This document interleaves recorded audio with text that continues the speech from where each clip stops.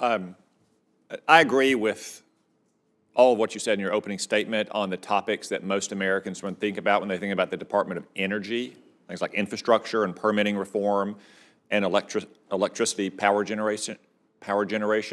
I want to focus, though, on the last thing you mentioned there, the national labs, which overlaps with my work as chairman of the Intelligence Committee.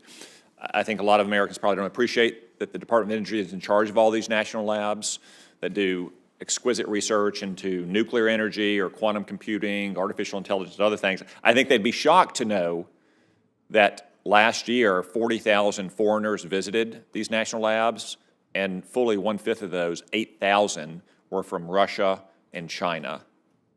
Doesn't seem to me like the smartest step to be letting Russian and Chinese scientists into our national labs. What do you think, Mr. Danley?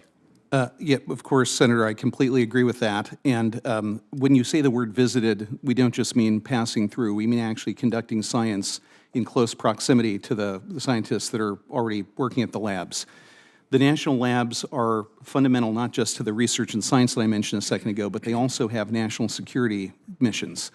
And it is, when I first learned about the number of adversarial nations scientists that are at the national labs, I was so surprised by it that I thought at first that I didn't hear correctly.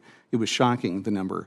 And it's not just a matter of losing the scientific and technical edge I talked about, it's also a matter of grave national security interest that has to be looked at and if necessary, dealt with. I think most Americans would be shocked to know that 1 out of every 5 foreign scientists visiting our national labs were from China and Russia. And also, although not in its large numbers, they come from places like Iran and Cuba and North Korea as well. Do you know how many American scientists get to go to Russia and China's equivalents of national labs? None. The answer would be 0. That does not seem to me to be reciprocal, to use a term that the president likes.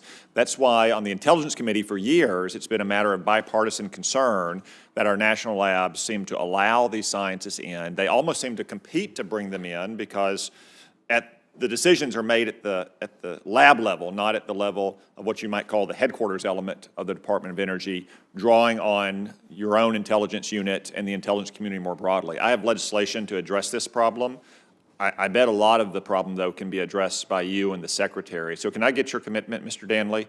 You'll take a look at the legislation. You'll see what needs to be done to address this threat and do as much as you can with your existing authorities once confirmed? Absolutely. If I should be lucky enough to be confirmed, I'll work with you to deal with this problem. Thank you.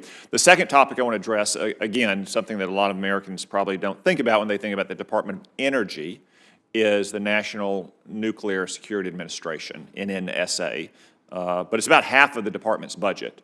They do a lot of very important work for our nuclear weapons arsenal, a lot of research, a lot of production. One thing in particular that they do is the production of plutonium pits for nuclear weapons. We've had a challenge with this for years. We were supposed to get to the point where we could produce 80 new plutonium pits by 2030 under the Biden administration. That slipped to 2035. Can I get your commitment that you'll advocate for NNSA to get all the budgetary resources it needs to perform its vital mission? So the NNSA is one of the fundamental elements of American national security. The weapon stockpile is the ultimate instrumentality of sovereignty for the United States, and I commit to doing everything I can to ensure, should I be confirmed, that NNSA's mission is discharged fully. And specifically trying to get back to 80 pits, what they need to do so in the New Mexico and South Carolina facilities? So I am not certain, because I am not at the Department of Energy, what the necessity is regarding the rate or level of pit production, but it is fundamental to our weapons stockpile, and I absolutely commit to doing everything I can to ensure that the duties are discharged. Okay. Thank you. Senator Heinrich.